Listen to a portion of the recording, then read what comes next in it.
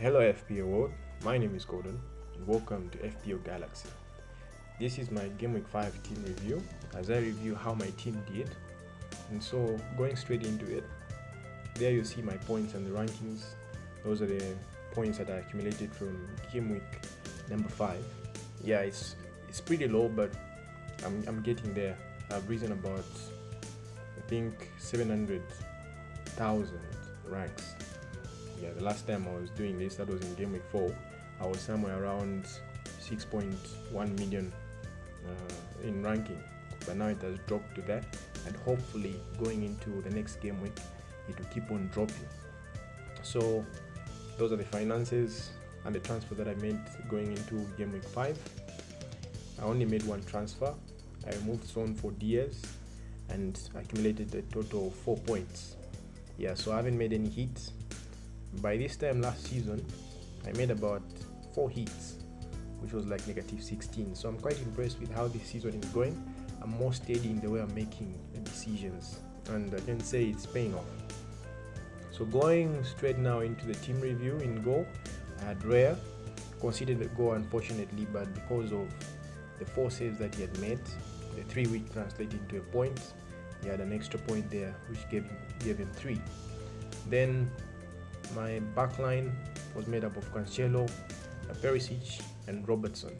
There was Zinchenko in there, but because he didn't play, he was injured, somebody else replaced him, whom I'm going to mention very soon. So Zinchenko, of course, wasn't there. He got a 0, he's on the subs.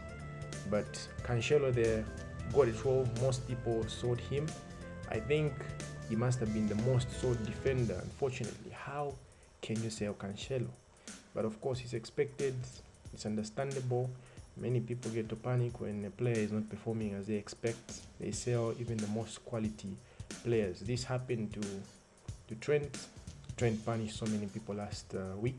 Of course, I didn't have him, but the people that sold him going into game week number 4 got punished by Trent. He had a mega haul, and similar thing has happened to Cancelo. The moment that people sell him, he gets a 12-pointer. So he did very well there. He got a brilliant goal in that Man City thriller against Nottingham Forest. Perisic was the second one there. He picked up a yellow card unfortunately, and then they conceded. So then Robertson, they conceded unfortunately. They were playing Newcastle, a very good Newcastle side, but that's all we got from him, and he got substituted. So he's a risk in terms of minutes, but for as long as he's playing 60 plus and he gets a clean sheet, he gets substituted, that's all we want from our defenders. Then in my midfield, I had the likes of Martinelli, brilliant guy, doing the stuff, bringing in those points, playing for a very good Arsenal side. Then Kulusevski gave me a 2. Yeah, it wasn't an easy match they had. Yeah, but that's what I got from him. On any other day, he would be able to score or assist. Then Diaz also, that Newcastle side was quite brilliant. It gave Liverpool struggles and hope, and of course all he got from there was a 2. Then Andreas is the one that came in for Zinchenko. I deliberately put him as the first sub on the bench so that if anything were to happen to Zinchenko, he would be able to come in. I explained this in my last week, in my game week number 5 team selection. I deliberately put him as my first sub on the bench so that anything should happen to Zinchenko, he'll be able to come in with those points, because I expected him to do something in that match, because I knew Fulham are in good form.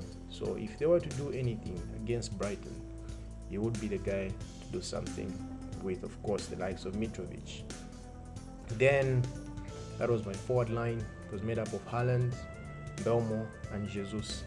Starting with Haaland, I mentioned this, you'll be able to punish me if I were to even think of removing him, but because of the minutes risk that Pep was uttering, so many of us didn't captain him, and of course it's a regret.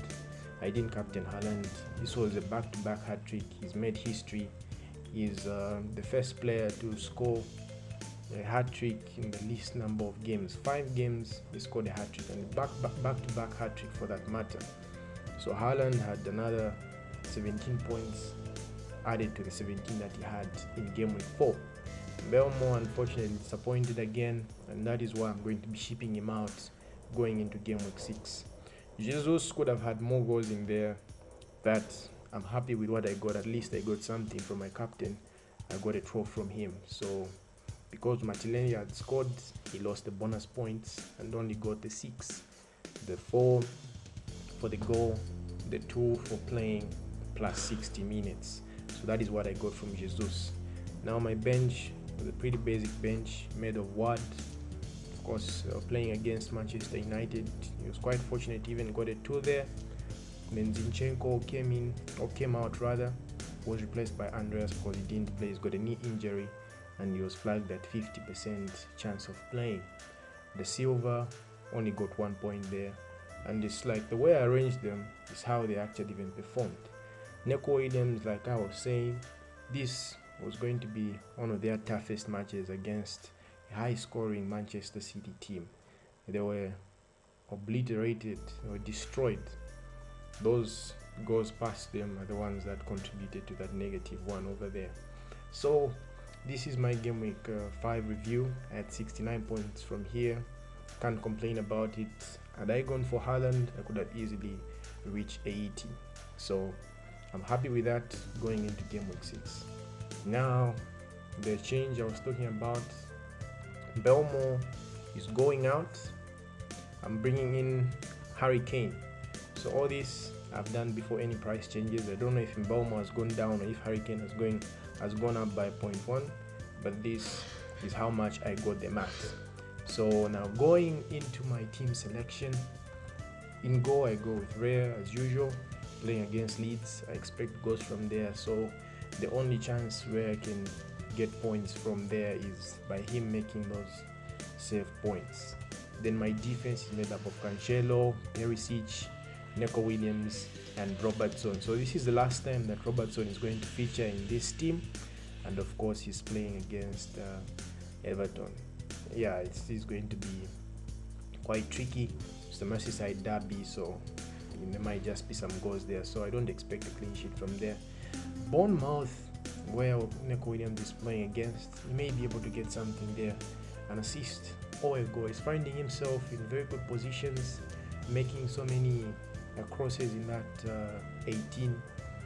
Yeah, so I expect something from there from Neco Williams. I may be punished again like I was punished by him some few weeks ago, so I just remain expectant for now.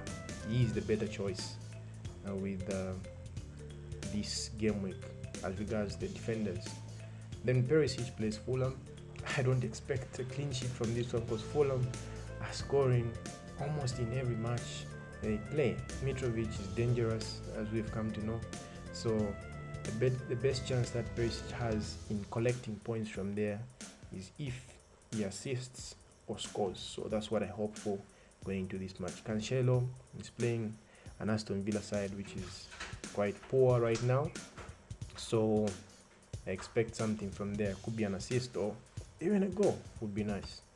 Now my midfield is made up of Martinelli, who is playing Manchester United. They're playing away, so it's not going to be an easy match. But them being at the top are going to be motivated, and hopefully we get something from there. Almost everybody has Martinelli at this point, so it doesn't make any difference what he gets. Kulusevski in my midfield there is playing against Fulham. Yeah, Fulham do concede goals even though they're able to score themselves. They're playing at home, so hopefully he gets something out of that match. Luis Diaz playing Everton is able to score, and that is why I have him in there. If Salah is going to do something, Luis Diaz might likely be able to assist. Jesus comes into my attack, playing against Manchester United. Then KANE over there, playing against Fulham like I've mentioned. And finally, I put the cap on Haaland. Of course, I haven't shown the graphics for the vice captain, but the vice captain goes onto KANE there. Then my bench is made up of Ward. Andreas, I've positioned him again there in case he does something. Zinchenko and the Silva. If Haaland doesn't play, Andreas will come in. So this is my game week 6 selection, team selection. I had to do this really quick, guys, as I'm running out of time. So Again, I really appreciate all those that are watching, and if you've reached this point, please do press that like button, subscribe, and ring the bell so that you can be getting these notifications every time I post some videos for you guys. Really appreciate the support thus far. For all those that are watching and all those that are following, please do subscribe, and let's do this again.